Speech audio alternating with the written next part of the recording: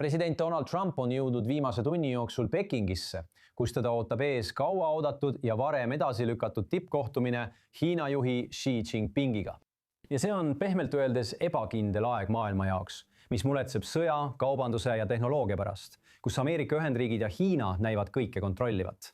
Kuid president saabub Pekingisse ajal, mil Iraan püsib jätkuvalt tema päevakorra keskmes. Ja sõda on viinud määramatusse olukorda ning ummikseisuni Teherani režiimiga, mille nafta- ja gaasitankerid on Pärsia lahe ümbruses lõksus, põhjustades energiahindades suhtelist kaost.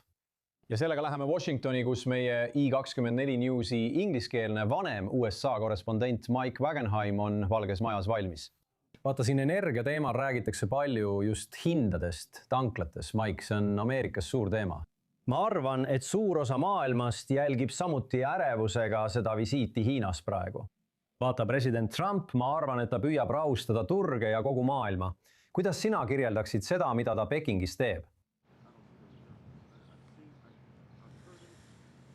Tead, USA ja Hiina suhetes oli see väga vaenulik David Trumpi esimesel ametiajal. Ja siis alustas ta taas uut kaubandussõda hiinlastega, kehtestades tariifid oma teise ametiaja päevakorras. Aga nad on justkui jõudnud vaherahuni, kui nii võib öelda, alates umbes oktoobrist. Ja selline vaenulikkus ja vastasseis on sellest ajast alates vaibunud. Nii et see on võimalus siin edendada häid suhteid Hiinaga, mis alati, kui sul on kaks jõudu, mis tavaliselt on omavahel vastuolus. Kui nad jõuavad mingi pingelõdenduseni või isegi soojemate suheteni, kipub see turge ühel või teisel viisil rahustama. Nii et see on võimalus sellega edasi liikuda. Sa rääkisid päevakorras olevatest peamistest kaubandusküsimustest. Trump üks ideedest, mida ta siia toob, on luua kaubandusnõukogu, mis edendaks mõningaid algatusi, mida ta siin Hiinaga proovib edasi viia. Ta tõi endaga kaasa hulga ülemaailmseid tehnoloogiaettevõtete juhte. Elon Musk on seal, samuti Nvidia ja teiste rahvusvaheliste ettevõtete juhid. Ta tahab, et Hiina avaks nendele ettevõtetele uksed. Ja muide, vastupidiselt soovib ta ka Hiina investeeringuid, kuigi üks kõrge USA ametnik ütles, et see ei ole päevakorra peamine punkt. Kuid jällegi, võimalus neid algatusi laiendada, samal ajal soovib Hiina Ameerika tehnoloogiat kiipide näol. Paljud tehisintellekti algatused on suundunud Taiwani, mis on Hiina jaoks probleem. Trump saab seda kindlasti läbirääkimistel enda kasuks ära kasutada, kuid ka Hiina soovib seda tehnoloogiat. Küsimus on selles, kuidas need kaks asja omavahel ühendada. Ja taas, kui USA ja Hiina leiavad viisi, kuidas omavahel läbi saada, rahustab ja tugevdab see loomulikult maailma turge. Nii et see on kindlasti hea mõju, olenemata sellest, kas see oli Trumpi üldine eesmärk. Selles ma pole nii kindel. Kui need kaks asja on vastuolus, eelistab ta Ameerika tugevust, mitte maailma turgude rahulikkust. Aga ma arvan, et sellel on kindlasti selline mõju ka edaspidi, kui USA ja Hiina suudavad leida ühist keelt paljudes küsimustes, millele nad lahendust otsivad. Vaata, president Trump oli viimane USA president, kes külastas Pekingit. See oli praeguseks juba 10 aastat tagasi. Tal näib olevat kodumaal selle sammu jaoks praegu laialdane toetus. Kuidas seda seekord käsitletakse või arutatakse?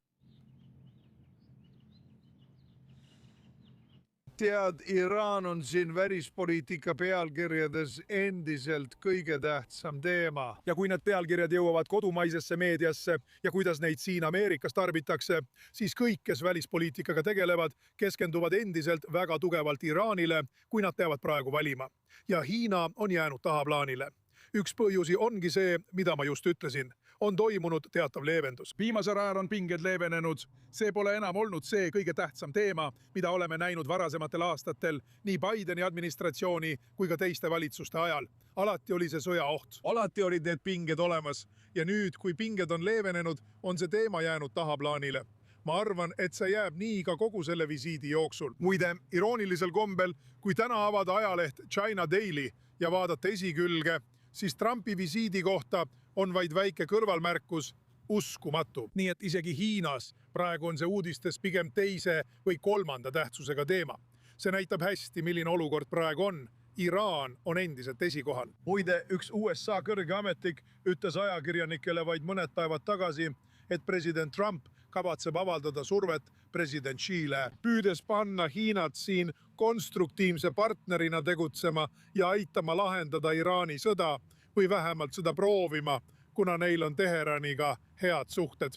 Samal ajal ütles Trump ajakirjanikele, et ta ei oota, et Iraani küsimus Hiina kõnenustel üldsegi tõstatuks. Ta ütleb, et tal ei ole Iraani küsimuses Hiina abi vaja. Nii et Valgest Majast tuleb selle konkreetse küsimuse kohta vastuolulisi sõnumeid. Ma ei suuda ette kujutada, et president Trump laseks sellel teemal mööda minna ilma aruteluta president Xiga, arvestades, kui oluline see on. Aga Trump teeb oma parima, et pisendada igasuguse abivajadust, mida tal võib Iraani küsimuses vaja minna või mitte vaja minna. Kindlasti on. Mike Wagenheim, kes räägib meiega Washingtonist, naudi sel aasta ajal kirsipuuõisi. Aitäh, Mike! Meiega on liitunud Karis Woodi, Signal Grupi asutaja ja tegevjuht ning üks meie lemmikeksperte Hiina ja Korea teemadel. Ma ei usu, et Iisrael selles meie vestluses teemaks tuleb, aga loomulikult võid selle julgelt sisse tuua, kui vajadust näed. President Trump ütles ajakirjanikele lahkudes ja ma tahan teda tsiteerida. Meil on palju asju arutada. Ma ei ütleks, et Iraan on üks neist, kui aus olla, sest Iraan on meil väga hästi kontrolli all, tsitaadi lõpp. Paljud vaidlevad siiski endiselt, et USA president tuleb tegelikult Pekingisse, et otsida abi oma sõjas Teherani vastu. Kuidas teie sellele vaatate? Ma olen täiesti eri meelt, ma ei nõustu eelnevaga. Ajakirjanikuga, kes just eetris oli, ma arvan, et Trumpil on õigus. Tal ei oleks siid vaja, sest tema ei saa aidata. Ka Xi Jinping on juba öelnud, et ta tahab sõja lõppu, ta tahab Hormuzi väina avamist. Ma usun, et isegi kui Trump ja Xi lepitsid kokku koostöös selle sõja lõpetamiseks, ei muudaks see midagi, sest on olemas kolmas osapool, kes otsustab ja see on Iraan. Ja kui Iraan ei saa seda, mida ta tahab, eriti režiimi ellujäämist, mis on sellele režiimile eksistentsiaalne küsimus. Nagu me kõik teame, kui sa võitled oma elu eest, oled sa visavaenlane ja seetõttu ma nõustun. Ma ei usu, et see saab olema Iraani jaoks otsustav küsimus. Ja ma ei usu, see võib küll teemaks tulla, aga see ei pruugi selles suhtes määravaks saada. Ma arvan, et palju olulisem on see, et Hiina korraldab selle kohtumise. Vaatamata sellele, et Hiina protesteerib selle sõja vastu väga jõuliselt ja võtab pidevalt retooriliselt agressioonivastase hoiaku. Ja ometi ei võtnud Hiina konkreetset seisukohta, öeldes näiteks, et me ei kohtu president Trumpiga enne, kui sõda on läbi, mida nad oleksid võinud teha, et näidata oma väärtuspakkumist toetamise osas. Sõjavastast seisukohta. Miks? Sest Hiina vajab seda kohtumist. Ta vajab seda sama palju või isegi rohkem kui Trump. Hiina on korduvalt öelnud, et juhid kohtuvad sel aastal 4 korda. Miks tal seda nii väga vaja on? Sest Hiina vajab hädasti välist ehk väljaspool Hiinat stabiilset keskkonda. Ja see tähendab sisuliselt stabiilsust Ameerika Ühendriikidega. Nii et ma nimetaksin seda ummikseisuks. Peamiselt Hiina peaaegu meeleheitliku vajaduse tõttu hoida pooljuhtide kontroll enda käes, et mitte sõltuda USA-st. Ja USA absoluutse vajaduse tõttu haruldaste muldmetallide ja kriitiliste mineraalide järele. See tekitas ummikseisu, mis põhjustas selle, mida kirjeldati jahtumisena. Ja kui mõlemad pooled kasutavad seda aega oma võimekuse suurendamiseks nendes valdkondades, siis on sellel suur mõju sellele, kuidas see konkurents välja kujuneb.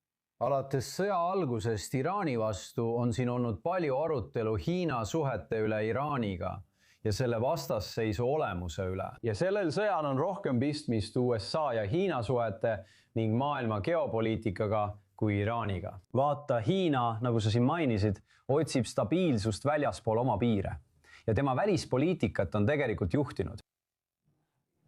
Asjade stabiilsena hoidmine ja radikaalidest eemale hoidmine. Iraan on selle režiimi all olnud Lähis-Idas olemuslikult destabiliseeriv jõud. Sa võid kirjeldada Hiina ja Iraani suhete tõelist olemust. On see olnud puhtalt majanduslik?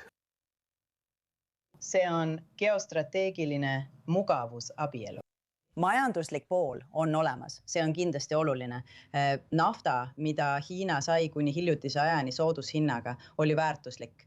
aga Iraani tegelik sisemine väärtus Hiina jaoks seisneb selles, et see on ainus riik piirkonnas, mis seisab täielikult USA vastu. Ja kui soovite seda nimetada vastukanutelje või millekski muuks, Hiina, Venemaa, Iraan ja Põhja-Korea, siis Iraan on väga aktiivne ja oluline tegija. Paljud on öelnud, et Hiina saab kasu sellest, et USA tähelepanu on mujal. Tõmbab palju kaitse- ja sõjatehnikat Aasiast ja Lõuna-Hiina merelt siia piirkonda, mis väidetavalt on Hiina jaoks suur võit. Aga minu arusaamise järgi on see ajutine ja Hiina ei plaani lähitulevikus mingit rünnakut Taiwani vastu. Kindlasti minu hinnangul järgmiste aastate jooksul mitte mingil juhul. Nii et USA jõuab kogu selle varustuse tagasi Aasiasse paigutada sinna, kus see varem oli. Üldiselt tunnevad iraanlased, et Hiina on nende olukorda ära kasutanud, kuna nad peavad müüma odava hinnaga. Ja kaubandussuhe nende vahel ei soosi Iraani mitte mingil moel. Hiinlased tunnevad, et iraanlastega on liiga keeruline asju ajada ja nad tekitavad palju probleeme. Seega on see kindlasti mugavusabielu. Väga huvitav. Vaata, USA juht on näidanud üles suuremat kõhklevust Taiwani suhtes, nagu paljud seda iseloomustavad, tuues selle teema üles. See lähenemine on, ma arvan, tekitanud palju küsimusi selle kohta, kas president võiks olla valmis vähendama toetust sealsetele saare demokraatiale. Samal ajal on Taiwan maailma juhtiv kiibitootja, nagu sa siin mainisid. Kuidas sobitub tehisintellekti võidujooks sellesse tippkohtumisse ja Taiwani üldiselt? Kas me ootame, et president Trump loob natuke distantsi? See on väga huvitav küsimus, sest Xi Jinping ja Hiina üldiselt on väga huvitatud sellest, et Trump ütleks, et öelda, et USA ei toeta iseseisvust ja on iseseisva Taiwani vastu. Ja see sõnastuse väike muudatus tähendab nende jaoks väga palju. Aga nagu me teame, Trump ei hooli eriti sellest, milliseid sõnu sa kasutad, mis jätab mulje, et ta võibki seda tegelikult teha. Ja miks see oluline on? Sest taaskord paljude inimeste vaatenurgast Ameerikas, Iisraelis ja kogu maailmas, läänes, ütleme nii, mis vahet seal on. Aga see annab aimu sellest, millist heidutust USA rakendab. On valmis rakendama Hiina agressiooni korral Taiwani vastu. See võiks tekitada suuri muresid, kui Trump teeks seda Jaapaniga, kellel on USA-ga vastastikuse koostöö ja julgeolekuleping, ning Lõuna-Korea ja Filipiinidega, kes on mõlemad vastastikuse kaitselepinguga liitlased. Nii võivad nad hakata muretsema, et kui seda sõnastust muudetakse, saadab see Hiinale, neile kõigile ja kogu maailmale sõnumi, et USA justkui tõmbub Taiwani toetamisest tagasi. Ja nagu sa märkisid, on Trump oma sõnavõttudes näidanud, et ta pole päris kindel, kui oluline Taiwan on. Nii et see saab võib-olla olema palju olulisem tegur kui kogu Iraani arutelu. Hiinlased on kindlasti täiesti kindlad, kui oluline Taiwan nende jaoks on. Väga huvitav teema. Sellel Pekingi tippkohtumisel on kaalul suured küsimused. Caris Woody, nagu alati, aitäh, et olid meiega. Aitäh!